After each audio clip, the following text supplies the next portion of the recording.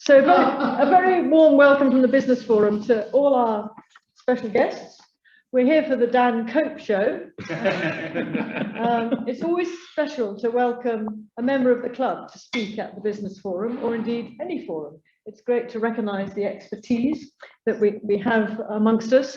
For example, in the past, we've had Karin has spoken to the group, Subu, and most recently Sandy Dan, who wrote a book and we helped promote it.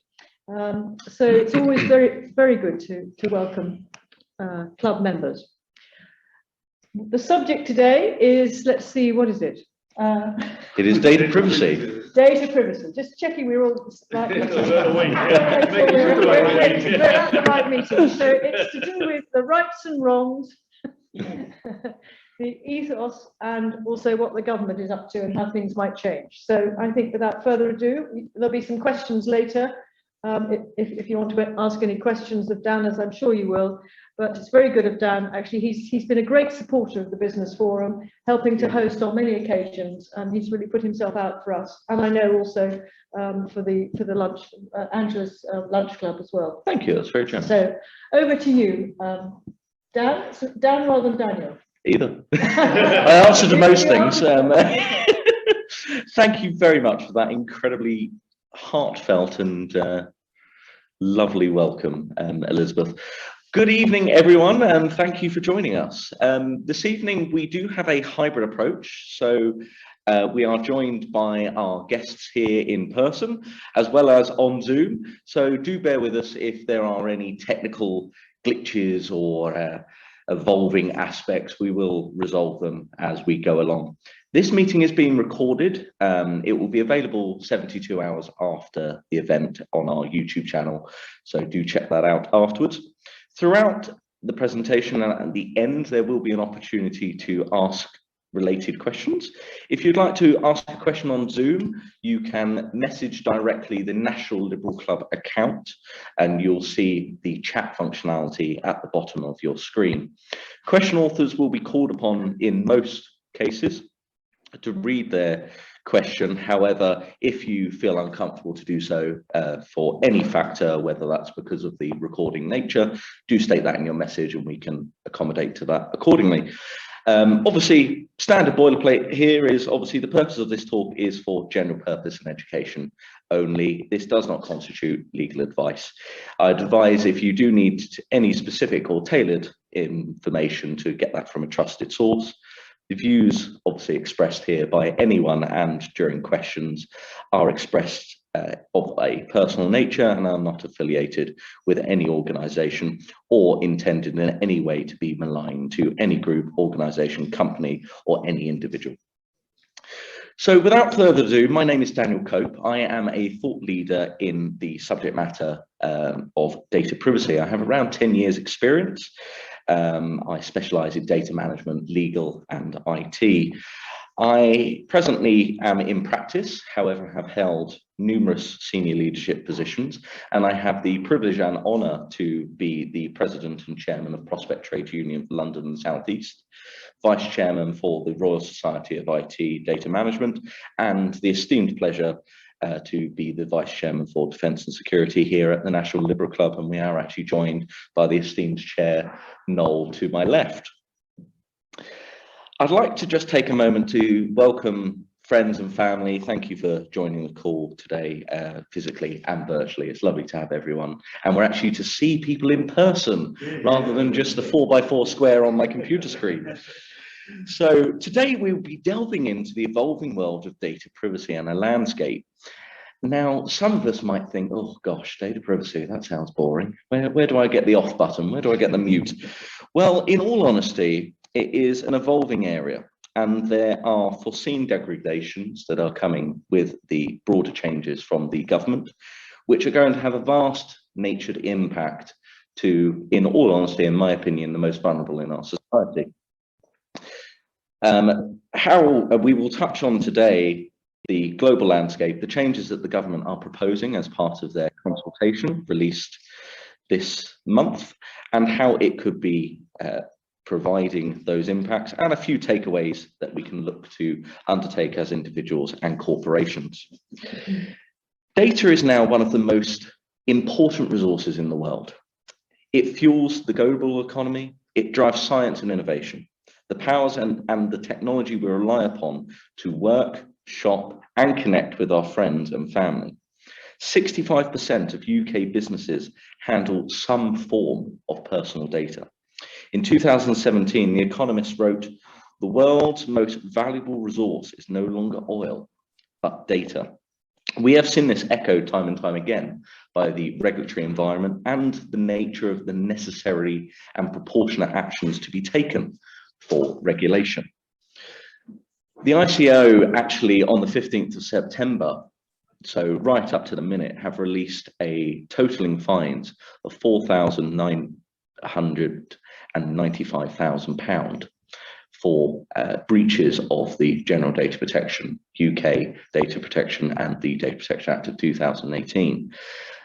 Why is that important? Well, the ICO fined Saga Special Finance Ltd 75,000 for sending 28 million unsolicited direct marketing messages. They also fined We Buy Any Car 200,000 for sending 191.4 million marketing emails and 3.6 marketing SIM messages to individuals without fully satisfying the requirements for opting in, resulting in 72 direct complaints to the Commissioner over the course of 12 months. So what does that mean? It proves that regulation since GDPR is important. And I'm going to start, before we delve into why is data privacy important and that it's new requirements, with a quote from Ronald Reagan, which we'll tie back to at the end of the talk. "Freedom is never more than one generation away from extinction. We didn't pass it to our children in the bloodstream. It must be fought for, protected, handed on for them to do the same. Or one day we will spend our sunset years telling our children and our children's children what it was once like in a world with freedoms." Now, I use that quote, as you will see throughout as we move on, to potentially some of the degradations and changes that the government make, I think may need us to all look at the freedom is never one generation away from extinction point that Ronald Reagan made there, who was the 40th president of the US during the 1911 to 2004. So a lot of people always think data privacy is a new thing because most people heard of it as soon as GDPR came along. Well, it's not new. Obviously it's slightly more difficult for those on Zoom, but those in person, when do you think data privacy was first heard of in the UK or worldwide? Let's say worldwide. 1918. 1918? 1990. 1990? Any other advances? During the time of the Marconi era, probably the 1870s. 1870s. If I said to you the first era of data privacy started in 1790 with the first census in the US, that was the first time we had ever seen an aspect of the right of privacy. So obviously the level of freedoms that we obviously see now are not what we would have seen in the 1790s, but the ethos of what was born began then. In December the 15th, one of the most famous, which every data privacy lawyer always touches on, is December the 15th, 1890. It is two lawyers, Samuel D. Warren and Lawrence Barbas, who wrote in the Harvard Law Review, "The Right to Privacy," an article that argued the right to be left alone. This was one of the first and most pivotal privacy publications that have really led to where we are today in 2018. But that from 1890, apologies, we didn't see any changes in data privacy until 1948, with that being the Universal Declaration of Human Rights being introduced as the 12th fundamental right of the right to privacy being a human right. It was then until 1950 that the European Convention on Human Rights, subsequent of the fundamental right, is amended, with the articles now appearing in a different order. So ultimately it was given greater control. We then saw in 1967 the Freedom of Information Act introduced, which introduced a greater level of freedoms.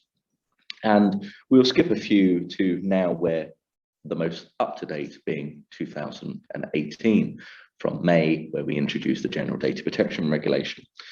So data privacy isn't new. The rights and freedoms that we should all have are not new.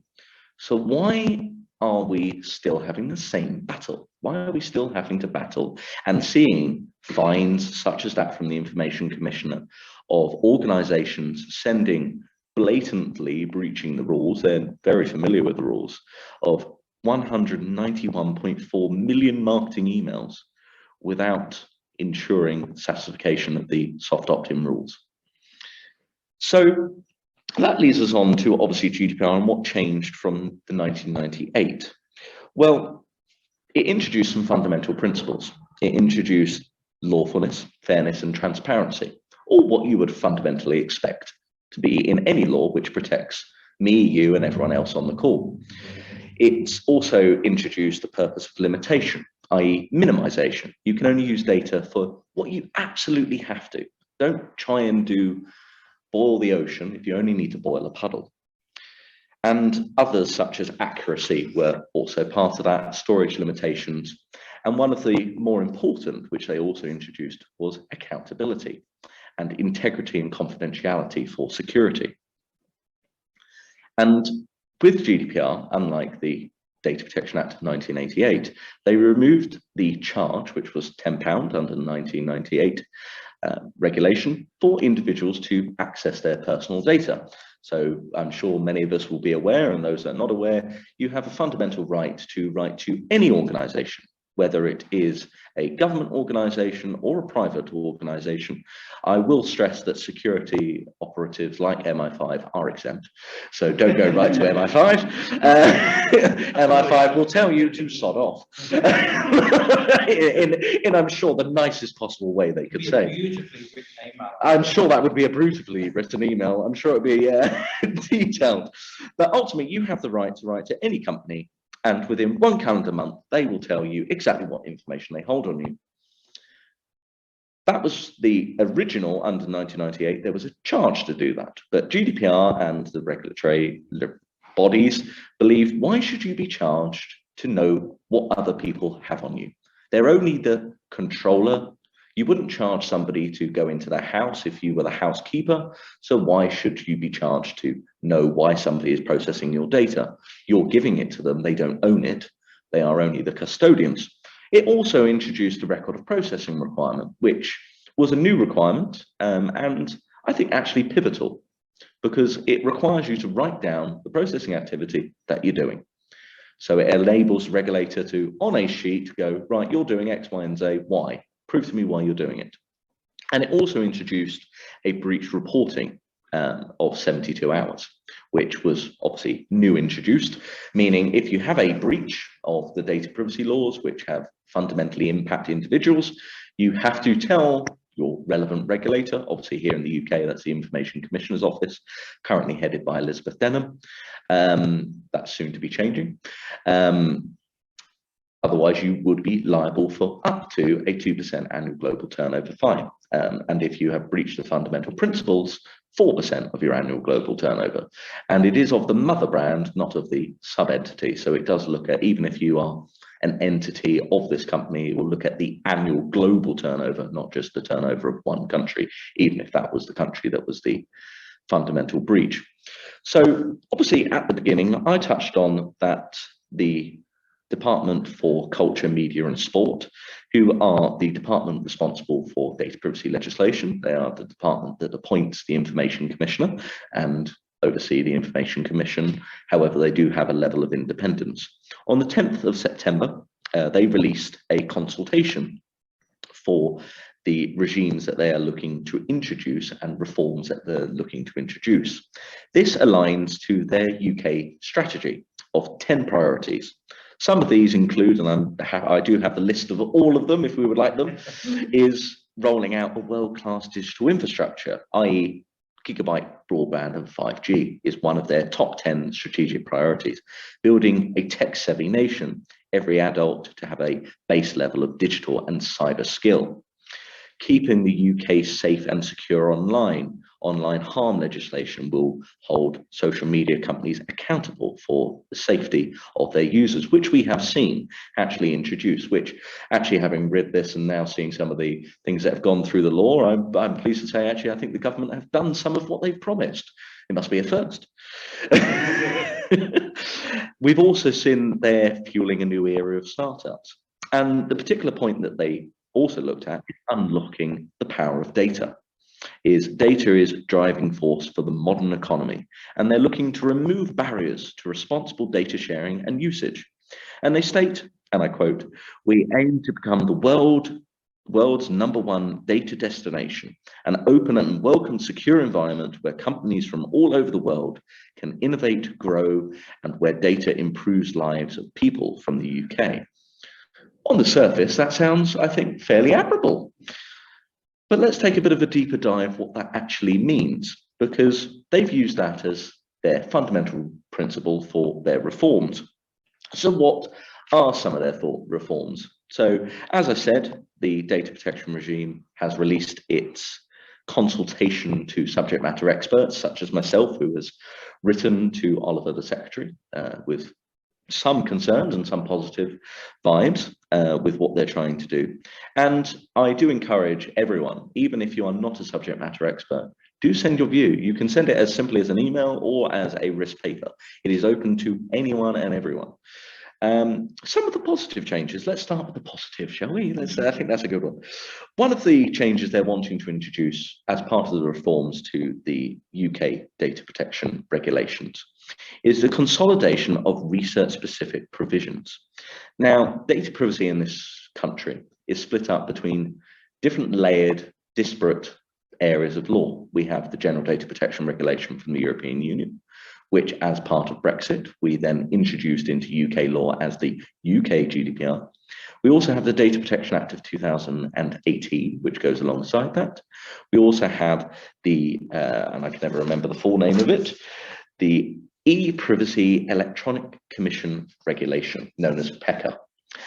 So we have 4 realistic areas of law which myself, as a legal SME advising businesses, we have to juggle these, and each one of them have their own reticles, their own addendums, and their own aspects that all intertwine to each other.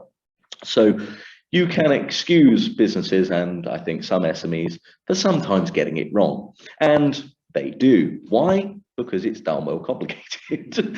you try and read 149 pages of legislation times 4. That does get the old brain whirring. So what they're wanting to do is to simplify that by consolidating the data protection legislations, removing the ambiguity, and placing the reticles into the main body of text. So I think that's a real positive change, which the changes with these reforms will introduce, all being well if the consultation goes ahead. However, there are some more concerning reforms that they're looking to introduce that I think all of us need to sit up and listen really to. One of them is they are actually, you'll remember earlier that I said General Data Protection Regulation introduced the removal of charges so that you don't have to be charged to access your personal data. Well, guess what? They're wanting to turn round on the roundabout on that one. They're wanting to introduce a similar set of fees that they have around the Freedom of Information Act. The reason for this, they believe that the right is being used maliciously by individuals for pre-litigation. And by charging, it will reduce the number of cases, meaning organizations will be able to charge for the costs. But it comes down to the fundamental principle of, should you really be charged to know what data somebody has on you? And the regulation actually defines the appropriate cost limit as up to £600 for central government and £450 for public bodies outside central government. That seems a lot higher than the £10 we were paying under 1998. And I would question the fundamental principles that we introduced of fairness and transparency. surely that adds a barrier for the most vulnerable in our society to actually say, no, we don't want to tell you how we're processing your data, and it all being done behind closed doors. So in my view, I think that is a negative change from the reforms, and I would actually encourage the government to think again on that item. Another one of the changes is they actually want to change the breach reporting requirements. You will remember earlier that I said they introduced under GDPR 72 hours. Well, again, they're wanting to backpedal on that one too, and introduce what is a item they're calling that you don't have to report non-material risks. You're all going to now ask the question, well, what defines as a non-material risk? Your guess is as good as mine. In all honesty, nobody knows, because there is no guidance surrounding it. So how on earth they're going to introduce that reform, I have no idea. And how they're going to make a determination between what perhaps a bank considers non-material to what a public body considers material will differ on the risk appetite of the organization. And how do you standardize that, I think, would be a very interesting conversation. So that, in my bucket, has actually gone down as a negative change. I think that adds ambiguity, which they've, in the first statement, said they want to remove, and actually would enable and make it a lot harder for organizations, I think, to really know what they should be doing. One of the other changes is you'll be aware that under Article 37 to 39 of the General Data Protection Regulations, there has been a big boom of appointing data protection officers for organizations, i.e. an accountable individual in a business that is responsible for advising independently an organization of what they should be doing with personal data, being the voice of the consumer within, i.e. sometimes looking at right versus wrong, not just the can I do it as an MVP because the law tells me to do it. An example would be, I could send sexuality data to Saudi Arabia. Legally, there is mechanisms to do that. There are controls that you would have to satisfy, but as always, those controls are on the organization to mitigate. So just because I can in that instance doesn't mean I would want to, because obviously in those instances you could be harming many individuals by putting actually lives in endangerment. And that role normally goes down to the DPO to provide sometimes, and quite often what I have to do is provide that challenge to an organization to say, you might want to think again, that's not the best idea. Well, they're wanting to remove the DPO from the current new legislation, and that will mean there will be no accountable individual in the organization by regulation to have that in place. I will stress, though, it does state in the consultation that it would not mean that the organization would not have to comply with the law, so they may want to still appoint a similar person. But let's be all honest, unless you have to, will an actionable organization actually do that? The reason why data privacy was brought to the board level is partly because the DPO, and the reason why the DPO was told under Article 37 to 39 that it had to report to the highest level of authority in an organization. That's one of the reasons what got the conversation out of the kitchen cupboard and into the boardroom. So in my view, I think that is a negative view, as that removes the voice or the champion for the consumer in the conversation in the organization. You'll also be aware that high-risk processing has to be assessed. You have to understand how you're going to impact your customers by using this. Now that high-risk processing comes down to using what we call sensitive personally identifiable information, which is health data, sexuality, political opinion, political affiliation, trade unions, all of that information that in many countries you could be severely reprimanded if that information was to be leaked, to some point to the extent of loss of life.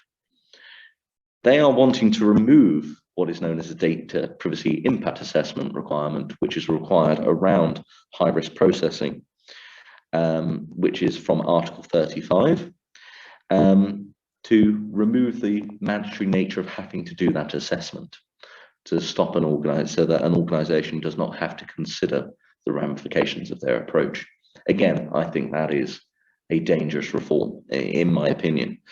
Another one of the reforms is that you currently, if you're unable to mitigate that high risk, for example, in that DPIA assessment, i.e. you've done your assessment and the controls to risk that you've tried to introduce will not mitigate it to a sufficient level. Well, currently you must consult the ICO. You must speak with the ICO to see whether they would be comfortable with that processing activity, continuing or beginning before you start it. Well, they're wanting to remove that as well. To me, that is painting quite a dangerous picture, that you don't have to assess the impacts on individuals, you don't have to inform them, and you don't have to inform the regulator. Another one of the items, and I said to you earlier, is the record of processing, which puts all of the information that you're wanting to process in one place, i.e. the record of processing. It writes down what you're doing as a business, why you're doing it, and how you're doing it. Well, under page 177 of the consultation, they are wanting to remove that requirement so that an organization will not have to complete a record of processing. Now, I think that is dangerous from a regulator's perspective, and I'm surprised that regulators are not more pushing on that point, and I'm sure they probably will, as the consultation has only just come out, because that resource, I know, as having done audits, having that kind of information on a page is exactly what you need to be able to inform and know exactly what's going on, why it's going on, and how it's happening. Well, if you don't know what you're doing as a business and you're not writing it down, how can you really satisfy the requirements to know what you're processing and why? I would argue you can't. Not if you're being brutally honest and you're trying to keep to the spirit of the law, not just meet the minimum viable requirements. So let's go with the mixed now. What is the mixed good, potentially bad? Well, they're wanting to create, and obviously bear those negatives that I've just said in mind, is they're wanting to create an exhaustive list of processing purposes, which allow an organization to process data under legitimate interest. Now, for those that don't know what legitimate interest is, it is a lawful processing condition that allows an organization to say, well, is it in our interest? Is it in the person's interest? They haven't directly consented to this kind of processing, but we think it would be useful, so we're going to go ahead. But to do that currently, you have to balance the rights and freedoms of the data subject, meaning you have to look at their rights in law. Would they reasonably have undertaken that at the point of their data being collected? Would you reasonably expect this 60-year-old individual that you've collected their data for energy readings to want to buy a Ferrari and then start marketing to them about a Ferrari? Would you be able to reasonably do that? Now, that's an extreme example that I give there, but it portrays the point nevertheless. Well, they're wanting to, within reason, create a list of exhaustive purposes. So it wouldn't necessarily remove the requirement altogether, but a list of purposes that will remove that requirement to have to do that balancing test to assess the rights and freedoms of the individual. So, and what it terms in law is to ensure that the person is not unduly prejudiced, meaning unfairly affected. Now, that will extend to monitoring, detecting, correcting bias for AI.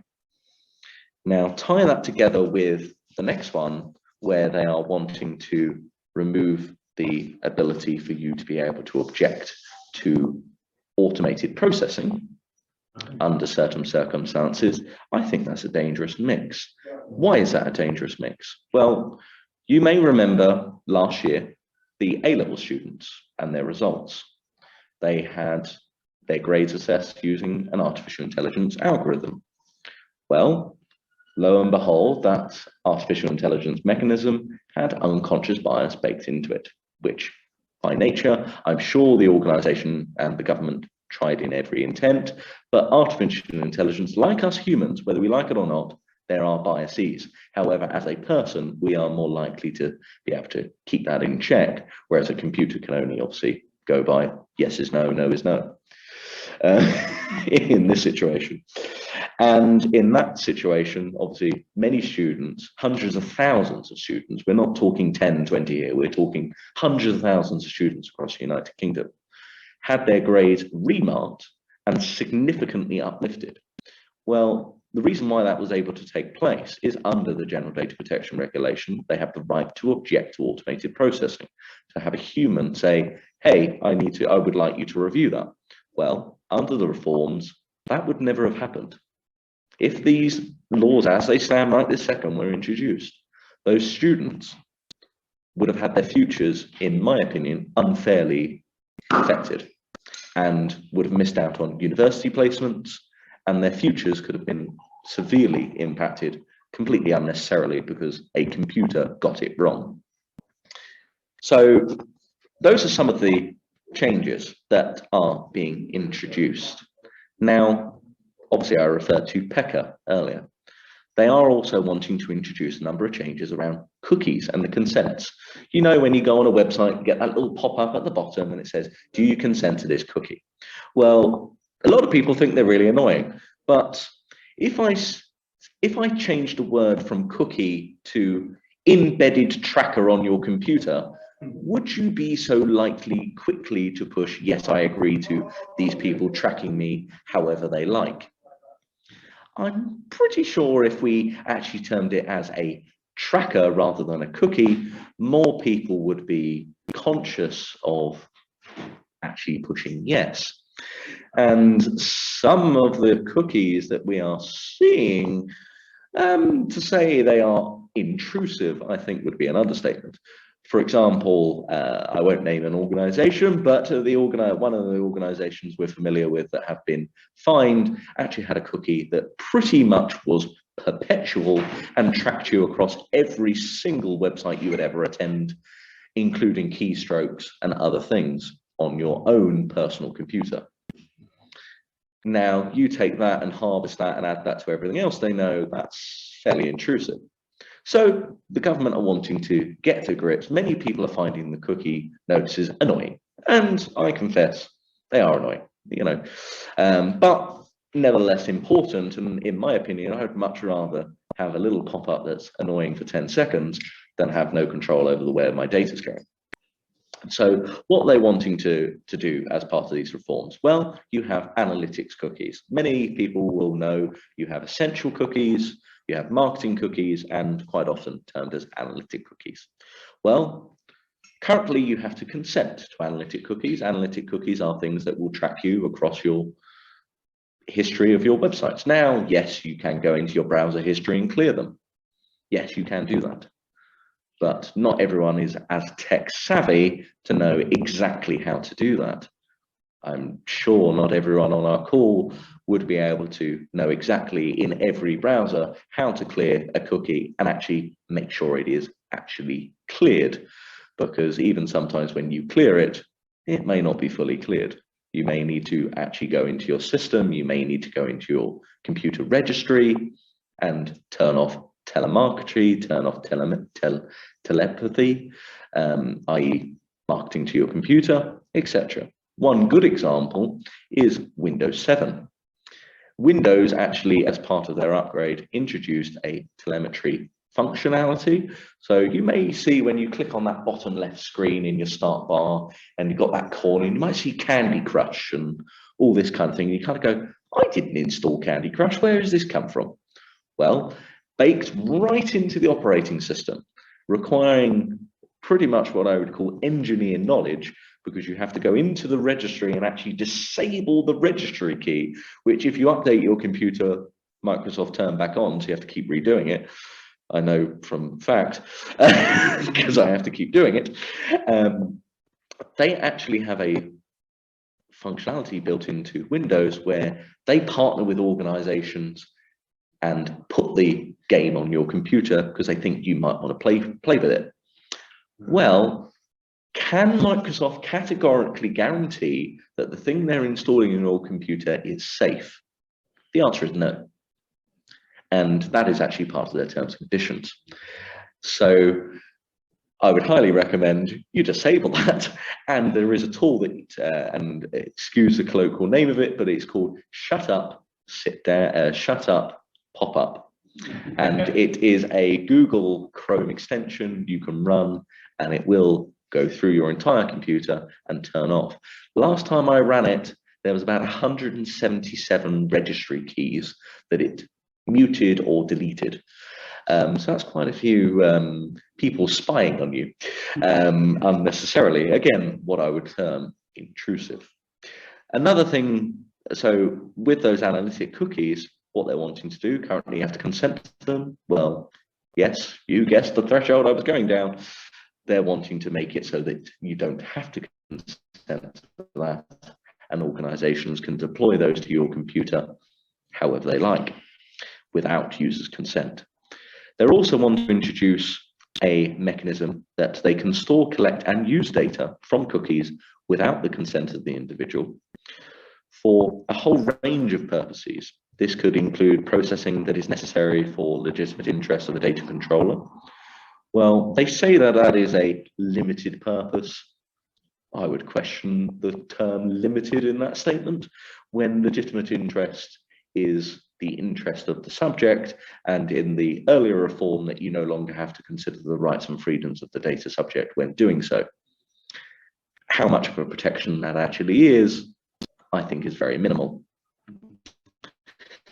They were also looking at the impacts of the individuals, but it should be stressed, and it does say this in the consultation, so it'd be amiss of me to say that the consent with processing, sharing, and collecting individual without consent must be with individuals where it is likely to be minimal impact.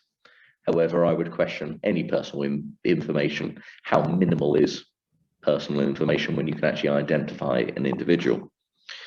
So, conscious of time, because I think we're running close to the end, what are the fundamental impacts of what's going to happen? Well, I think I'm just going to say one. We're currently seeing a major issue with energy, a price increase of 200%. The own Ofgem CEO today has even said there could only be 10 organizations within the energy sector that survive this 200 price hike. Well, changes in these legislations will put us out of step with the rest of the world. The US California Consumer Data Protection Act was based on GDPR. Saudi Arabia's laws are based on GDPR. India's are based on GDPR. There are minor nuance changes, but the fundamental principles remain the same in many cases. We are, with these changes, going to be out of step. And although I cannot in all certainty know the mind of the EU regulator, I believe it could be potentially likely that we would not get adequacy based on the current reforms, in my opinion. And that would, by nature, reduction in trade, because we cannot share data nationally. Now, what takeaway can we do? What can we do? Well, respond to this consultation is one thing that I would highly encourage you all to do. And know your data, know the transfers and why you're making it as an organization.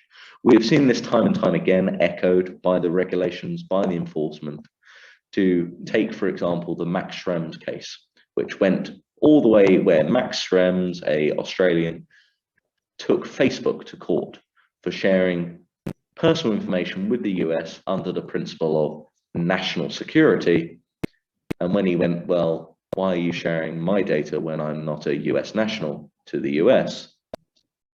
They went, well, it's in compliance with Privacy Shield. Also, the prior version of Privacy Shield was known as Safe Harbour.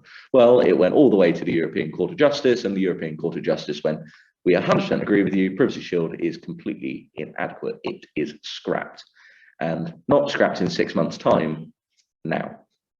They made a decision there and then that Privacy Shield is completely inadequate.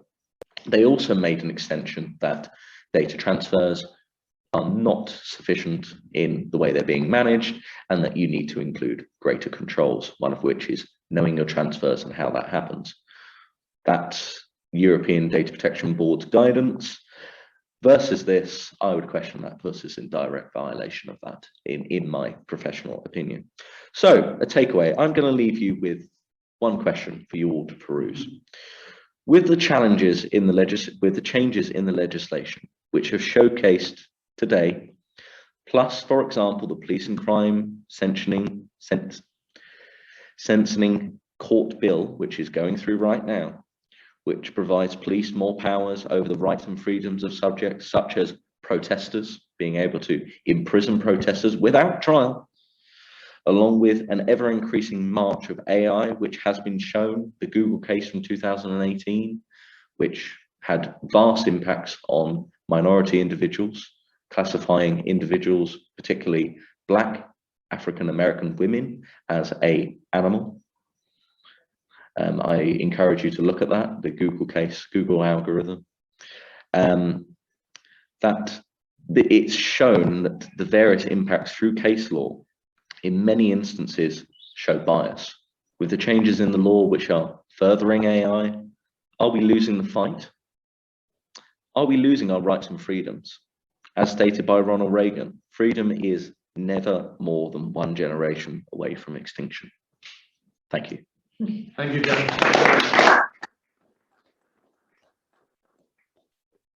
Oh, thank you very much, Dan. Have we got some questions? No, would you have a question? Could I jump in? Of course, please. Thank you. And hopefully my voice is loud enough for the recording. I think you gave us a really interesting, thank you very much, a really interesting insight into the domestic and the UK environment. I think many of us feel that we're caught up in a global environment, given the fact that our data can cross borders, can cross boundaries.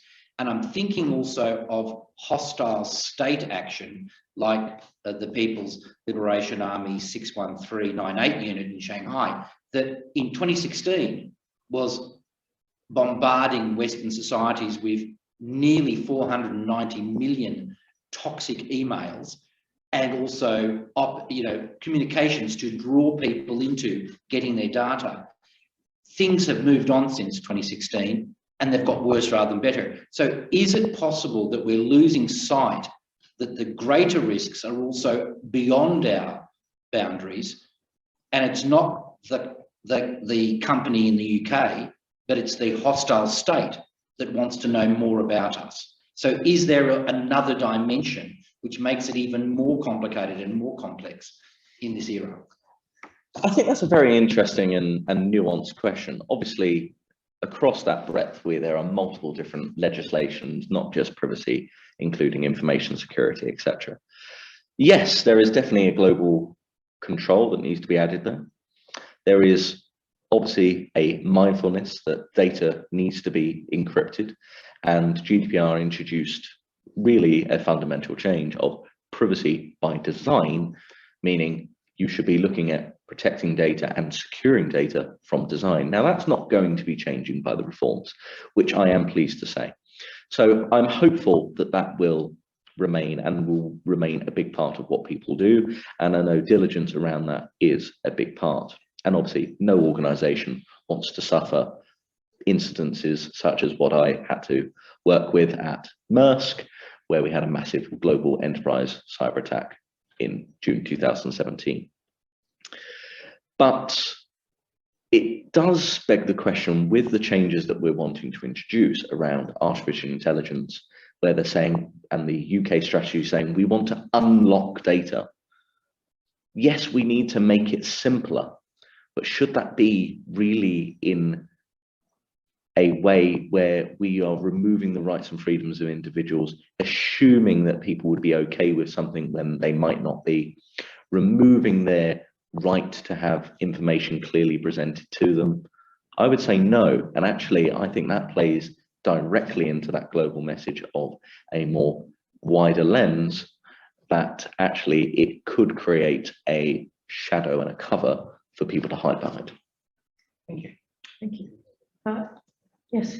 So I'm afraid I didn't quite understand the link between energy prices and data protection being out of step with Europe. I just Of course. So the reason why obviously that the energy price changes is due to the lack of trade due to Brexit, is the impact that has instigated or been a contributing instigating factor to why the energy aspects have been where they are.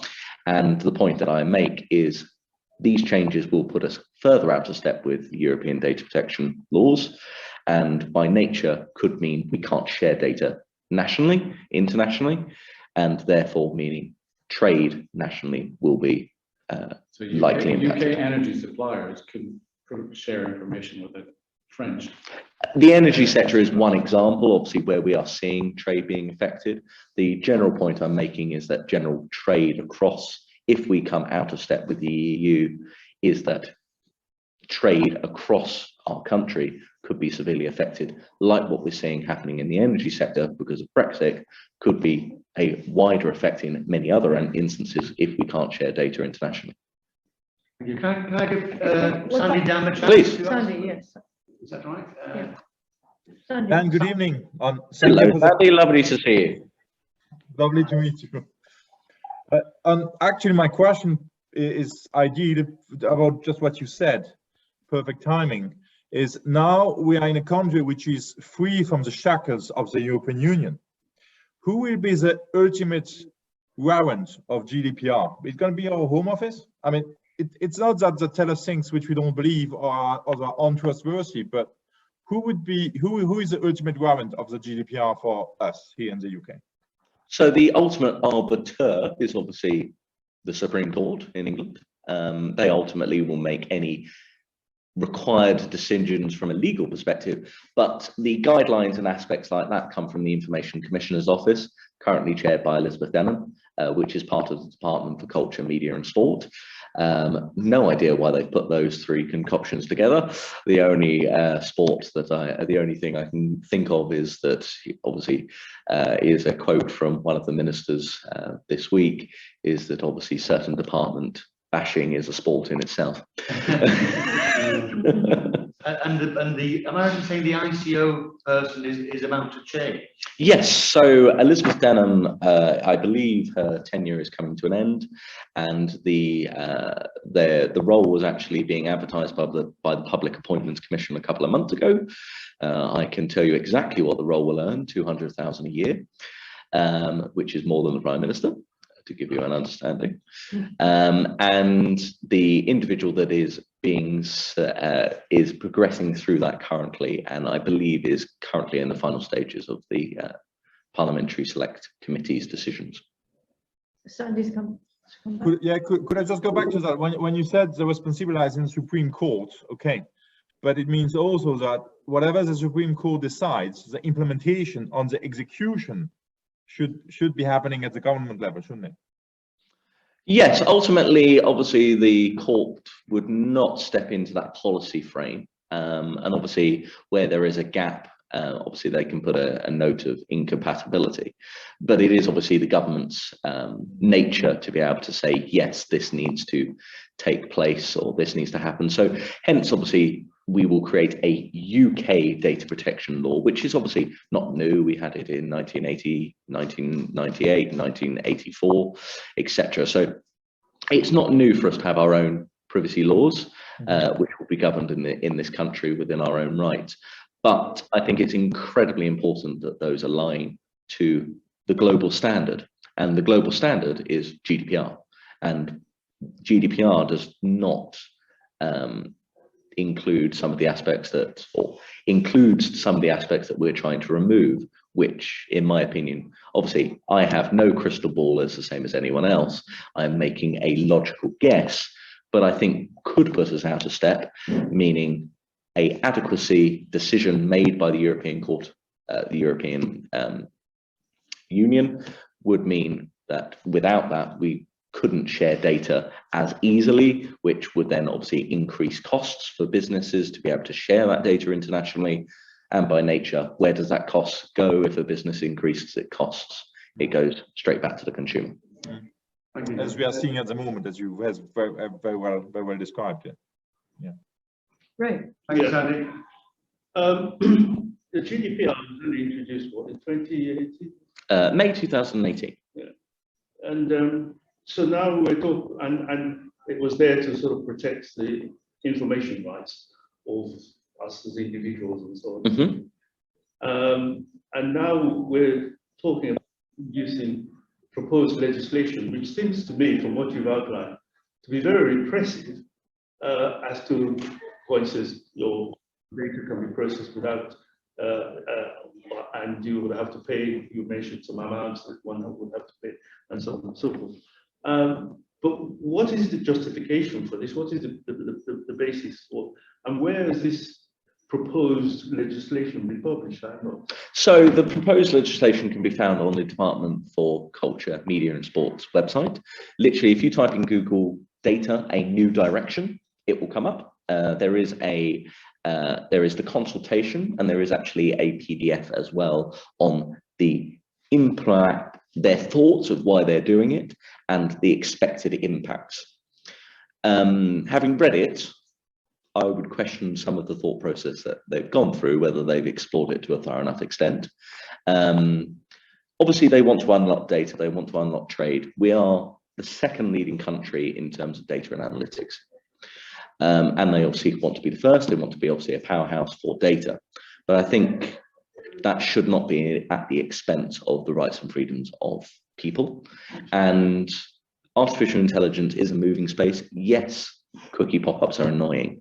Yes, it costs businesses money to do DPIAs. Yes, it costs them money to instigate and run access requests and all of this. And yes, where for every good request, I'm sure for every 100 good requests that are done with good intent on access, I'm sure there are some done in an intent to be malicious and malign and cause the company hassle in doing them.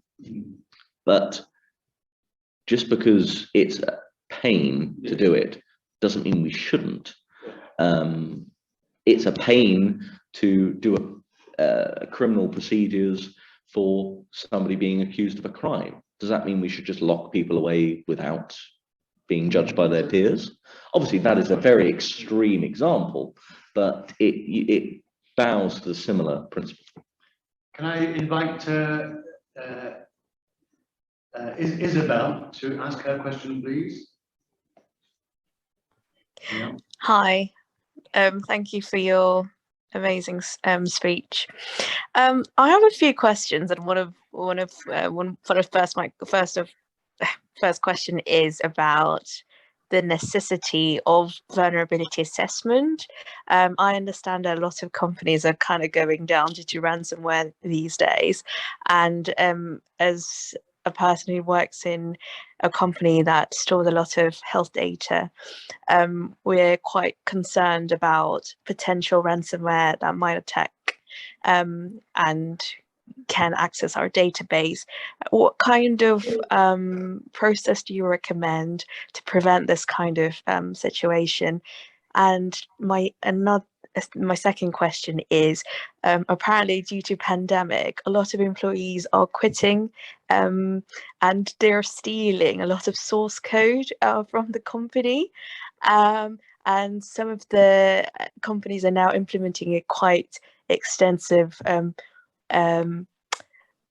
surveillance, but some might argue that that's quite invasive as well. So how do you balance that out? Some very good questions there. So the first one, in terms of what can you do, is obviously one of the fundamental things that you need to do before processing personally identifiable data. However, it is, I would argue, best practice. You have a difference between what is known as a data privacy impact assessment, DPIA, and a PIA, privacy impact assessment. A privacy impact assessment is the non-mandatory version, which many organizations do for what is termed to low to high risk. And then the DPIA is what the legislation requires under law. Now, when you're doing that assessment, when you're conducting privacy impact assessment, you are actually assessing why is the data being processed, how it's being processed, what mechanisms and controls do you have to ensure that that data remains secure. So I would most certainly look, if there is, obviously as you're building systems, do look at building to standards. So have a look at ISO 27001, 002, which obviously set out the information security standards. But ultimately look at what are you doing, why are you doing it, and what is the minimum that you need to do what you want to achieve. because the risk comes in when you're trying to process data more than you need to. And more you do, greater level of the risk, greater level of controls you need, etc. So say, for example, you're doing analytics on your staff, of happiness, etc. You don't need to email that to every member of HR. You may need to email that to 1 to 2 members of HR, limiting the exposure of that data, limiting that actually does the chief executive officer of France need to know all of the data around the world, or do they just need to know France? So it's looking at those principles of minimization, etc. And to the point that you make on obviously people stealing source code, I must say that's a new one. I've not actually heard of that, so that's a really interesting story. There is obviously numerous legal recourses to that, and that doesn't necessarily line in privacy, that does line into employment law. Obviously, employment contracts do have recourse for that. Bringing a company and stealing is obviously a form of gross misconduct. So obviously there are aspects to that, but there are obviously legal ramifications. Even if they've quit and left and they find out they've stolen the source code for a product, that is obviously, there are legal ramifications to that you can instigate legal proceedings. If you obviously want further and more detailed advice to what you can do as a business and what needs to happen, very happy to provide that in consultation, but obviously I recommend that you seek that from a lawyer or data privacy professional for tailored specific advice to what you need to achieve. So can I follow up on that? And there's a lot of people working from home, and there are some concerns that employers are going to download something or require them to have something on their laptops or home computers that they can follow what they're doing at home, and that seems to be very intrusive. And presumably it also means maybe people can do that obviously without you knowing. But I mean, employers sort of saying, well, if you want to be employed, we're going to require to see what you're doing all the time, at least between 8 and 10 or 8 and 5 or whatever it is. I don't know if you've heard about that, or is that there are aspects to that, and obviously there are calls for rights, the rights to obviously privacy in your own house. Now there is a huge balance on this with employment law, and there's a big mix to the two. So conscious of time, I won't go into the debate too deeply, but ultimately, can an employer look at what you're doing on your computer on a work device? They can't necessarily go on your own personal device. So obviously, if you're not using a corporate device, then I would question the proportionality of that. Obviously, all processing should be proportionate and reasonable to the risk that you're trying to achieve. That is the law under which currently is in place, purpose limitation. Is it reasonable to take a screenshot every 10 seconds of somebody's screen? I would question the proportionality of what you're trying to achieve there, and also actually the operational costs that you would run to achieve that. Really, you've got to have a level of trust to your staff. But can they put information on a computer to track what you're doing on your computer? Yeah, of course. It's a corporate device, they have the right to do so. Now, can they film you in your own house and all of those kind of aspects? That is a difficult legal question. I would argue no, from an ethics standing point primarily, but obviously there is a lot of nuance to that, and it is subject to obviously contract law and a number of other factors as well. Hope that helps. Angela has her hand up. Angela? Following on from that, of recent times in schools, the teachers and the recipients of education have been on computers. And how vulnerable has that made those children for grooming? Yes, and do you know what? That is a very key part, and obviously you'll remember in my talk around some of the changes that they're wanting to introduce in legislation, or part of the key fundamental priorities for the UK government, sorry, not the legislation, is that they're obviously wanting to ensure social media companies are held accountable, and that the introduction of new harm legislation. Now, I think that is incredibly welcomed. I think there is dangers online, and I think all parents should be aware of that, that obviously social media. I do not have a child myself, but I do not believe I would let anyone under the age of probably 15 have social media, in my opinion. I do think, my personal view is, I think social media is damaging in many instances. It idolizes certain aspects of life, making the view of perfect life rather than actually what life is, and does cause. And I think in my personal view, I took 2 weeks off very recently and had a social media blitz, as it were, and it was so refreshing. So I think that is a big part of limiting that kind of activity and engagement. But should those kind of things of forcing people to you can only be online for so much hours in legislation? No, that would be a vast overreach of legislation, intrusive to our freedoms and rights. But there are significant dangers out there, and I think, what can we do about them? Well, obviously, it's making sure when you're signing up to something, you read the privacy policy, you are agreeing to it, normally at the bottom. I know it's a ball's ache to read it. I know it's a pain to read, but take the time to read it, because some of the information you find in it, when you've read it, there's some companies where I've gone, nope, going nowhere near you. So that's the best advice I think I can provide, is obviously companies can do what they do. Yes, they currently have to inform you, they have to have transparency, they have to have a privacy notice to inform you what you're doing and why you're doing it. Reading that is the best place to start if you want to protect your data. But the best place to protect your personal data, especially in social media with children, and especially a sensitive personal information, is don't put it out there in the first place. You do not need to put on Facebook and all of these social medias your sexual orientation. You do not need to put necessarily your political affiliation. You don't need to put that on. If you choose to put it on there, then bear in mind and obviously understand the risks that you're running.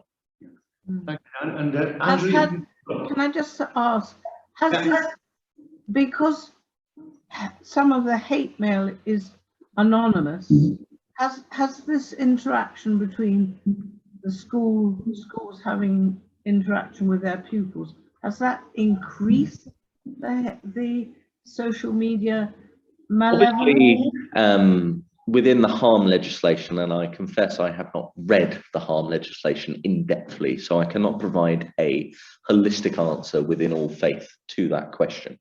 But I will provide, as I say, obviously throughout this is my personal opinion anyway, is yes, the harm legislation does go further. Do I think we could go further still? Probably.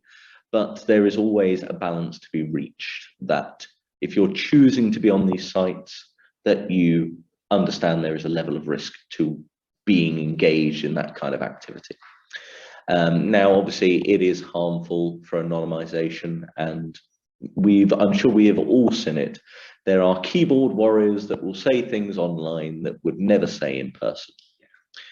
And should there be legal recourse? There is legal recourse where that is obviously terrorism behavior and other aspects to that. And obviously the government do take that very seriously. There is obviously, you can actually be detained without any rhyme or reason under the Terrorism Act for considerable days, unlike obviously normal criminals where obviously you have to be held for, I think it's 72 hours. Sorry, I'm not a criminal lawyer, so or a barrister, so I can't specialize in that area, but otherwise you have to be released. But under terrorism law is obviously very different. So I think, yes, there is harm out there, but I think we are progressing well in that space. I know several MPs have argued for further, and the harm legislation being introduced, I think, really supports that. Can schools do more? And I think that's where I think there needs to be an education piece around how to use social media in a healthy way. Building that, I think, part of a young curriculum, I think would be very useful. There's no point doing that at secondary school, because in all honesty, I think the horse has already bolted at that point. They've been on social media since the age of 12 and some before that. You know, you see people on TikTok. I think there was a thing around an 8-year-old on TikTok very recently and things like that. And again, my personal view is I think that is dangerous. You should bear that in mind. And obviously each parent takes that in their own regard of their own views of parenting. And again, that should be the balance, and that it's a hard one to answer to that question of should we legislate what can and can't happen. Well, really does depend. It is the parent's ultimate decision. They are the arbiter of their child until they come of age. So it's the parent. Surely does the parent know best for what their child achieves? I think that's always a divisive topic anyway. Does a parent know best for their child? Thank you, Dan. Are there any final questions around the table or on Zoom? I'm thinking that we put Dan through his paces pretty thoroughly. Hopefully I tried to answer them and they're not too wishy-washy answers. He's come up. I don't know if you need No, that's just where my okay. cursor is, I think. Oh, okay. Sorry. Not a problem. So I'm thinking, Elizabeth, if I may, Yes. try and kind of do a vote of thanks, if that's That is possible. absolutely. Is that everybody happy Yes, with that? Yes. Well, I've been gripped. Oh, what's this? Idle TV stand. Press anything. Press a button. The button. That's it. How's that? Push the any button. Where's the any button? I'm total master of the technology, as you can tell. Not. But this has been absolutely fascinating, and I've been gripped through all the detail of the government's proposals, which are worrying in particular regards. Yes. And I think Dan's exhortation to us to have a good look at the consultation document and read the background is a good one. Yeah. And I think we can all have a look at that and send out our feedback. And a couple of things that struck me particularly is removing the need for a data protection officer, because certainly in my experience, it's such a specialist area, and with so much at stake for companies, potentially 4% of global turnover you can be fined. It's massive. It seems to be a retrograde step, personally, to take away that specialist knowledge. And the other one I noted was removing the need for data processing records. You know, what's actually happened to your data? What record do we have of what we've done to your data and how we've used it? And that seems to be a backward step as well. I'm particularly thinking about gift aid declarations. You need that background information to say so-and-so rang up, gave me a gift aid declaration on that day, and here's the audit trail for that. I'm just thinking my own experience in that area. So some worrying signs, but also at least the government's having a go at tackling it. I think it's up to all of us, and Dan's led the way to consider how we can influence the government policy so that it does match up as closely as possible to the European Union while enjoying the benefits such as they are of having left. And you know, that's a tricky balance to strike. I think Dan's demonstrated his expertise in data privacy amply to all of us tonight. His role as Vice Chairman of the NLC's Defence and Security Forum has been amply demonstrated too. And similarly, we benefited enormously from his expertise in knowing how the trade unions work, which are large-scale bodies with a lot of sensitive data, which is being handled there. So from all of us online, in Zoom, and also here in this room, can we express our thanks to Dan for a wonderful talk? Thank you.